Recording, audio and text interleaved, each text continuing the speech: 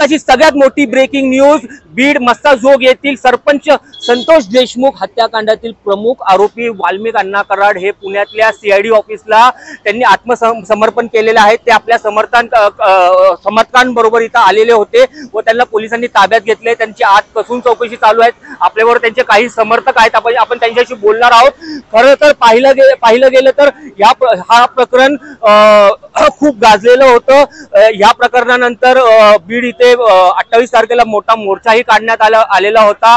गृहमंत्रालयावर भरपूर दबाव होतं आणि त्यातल्या त्यातच आज पुण्यात वाल्मिक अण्णा कराड हे सरेंडर झालेत। आपल्या बरोबर त्यांचे काही समर्थक आहेत, आपण त्यांच्या बरोबर बोलणार आहोत। मीडियाने जे चालू, तुम्हाला काय अशी कल्पना मिळाली होती की अण्णा सरेंडर करणार आहेत? अण्णा सरेंडर करणार हे आम्हाला मीडियाकडून समजलं। ओके, तर काय म्हणून पाठिंबा दर्शवण्यासाठी आलाय? पाठिंबा दर्शवण्यासाठी।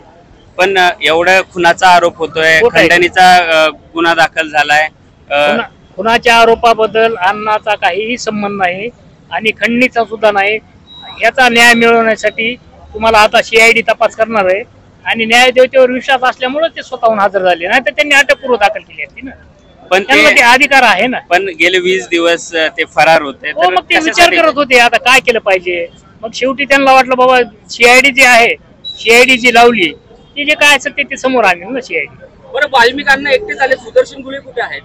सुदर्शन गुल्हेचा आणि वाल्मिक अण्णाचा काही संबंध, त्यांचा काय संबंध? पण त्यांच्या सोबतचे अनेक फोटो व्हिडिओ कार्यकर्ते त्यांना एक आहे का तुम्हाला किती 1 लाख फोटो दाखवतो मी। शरद पवार साहेबांसोबत पण आहे। हो, शरद पवार साहेबांसोबत आहे।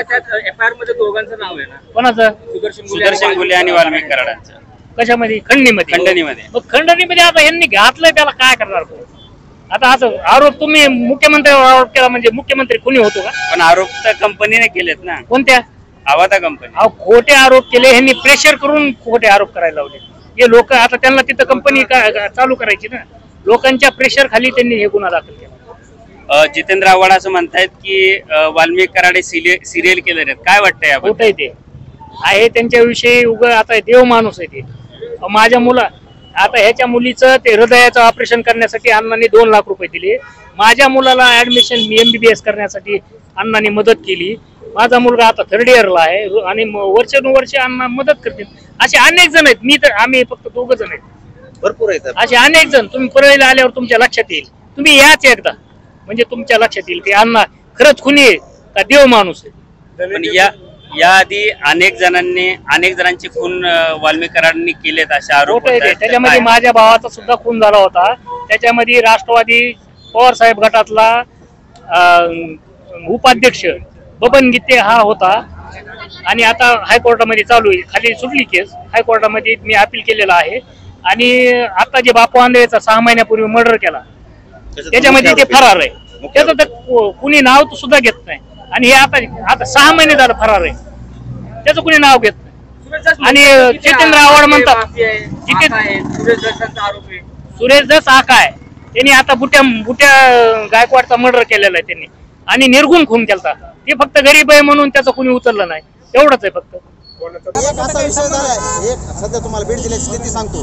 आधी म्हणले की कोणता घोले मास्टर माइंड आहे, त्याच्यानंतर म्हणले विष्णू कोणता तरी चाटे मास्टर माइंड आहे, पुन्हा अण्णा, पुन्हा त्यानंतर धनंजय मुंडे साहेब आणि त्यानंतर वांजारी समाजाला टार्गेट करले सध्या। एक मिनिट, तुम्ही समाजाचं नाही, मला एक सांगा, संतोष देशमुखच्या हत्या झाली की नाही? संतोष हत्या झाली ती दुःखदायी आहे आणि त्याचा आम्ही ओबीसी म्हणून सुद्धा असं नाही की कोणतं ते मराठा समाजात होते, आमचे ते बंधूच होते, पण त्यामध्ये वाल्मिक अण्णा यांचा काही संबंध सध्या तरी जे आरोपींना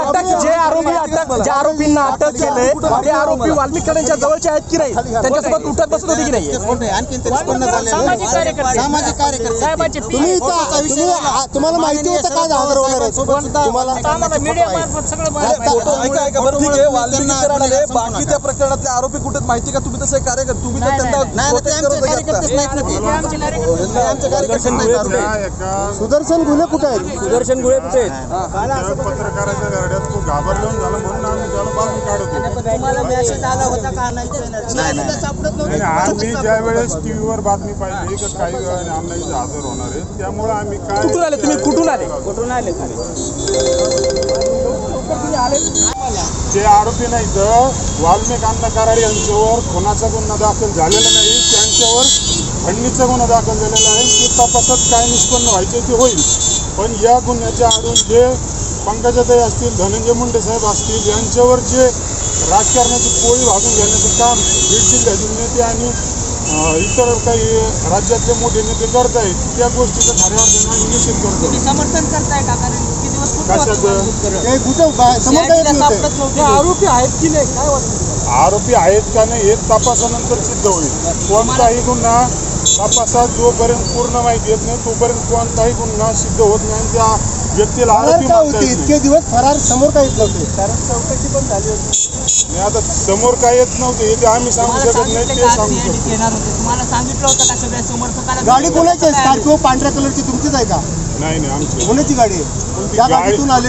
कोणत्या गाडीत आले, कुठे गेले ते आम्हाला हजर झालीत का नाही अजून बी आम्हाला सांगता येणार. सीआयडीच्या ऑफिस मध्ये आता बघितलं का तुम्ही कॅमेऱ्यात होतात, तुम्ही धडकत होतात लोकांसोबत, लिफ्ट पर्यंत होतात, तुम्ही कॅमेऱ्यात दिसतो ना. अहो मी नाही आतमध्ये नाही, तुम्ही पहा कॅमेरा चेक करून पहा.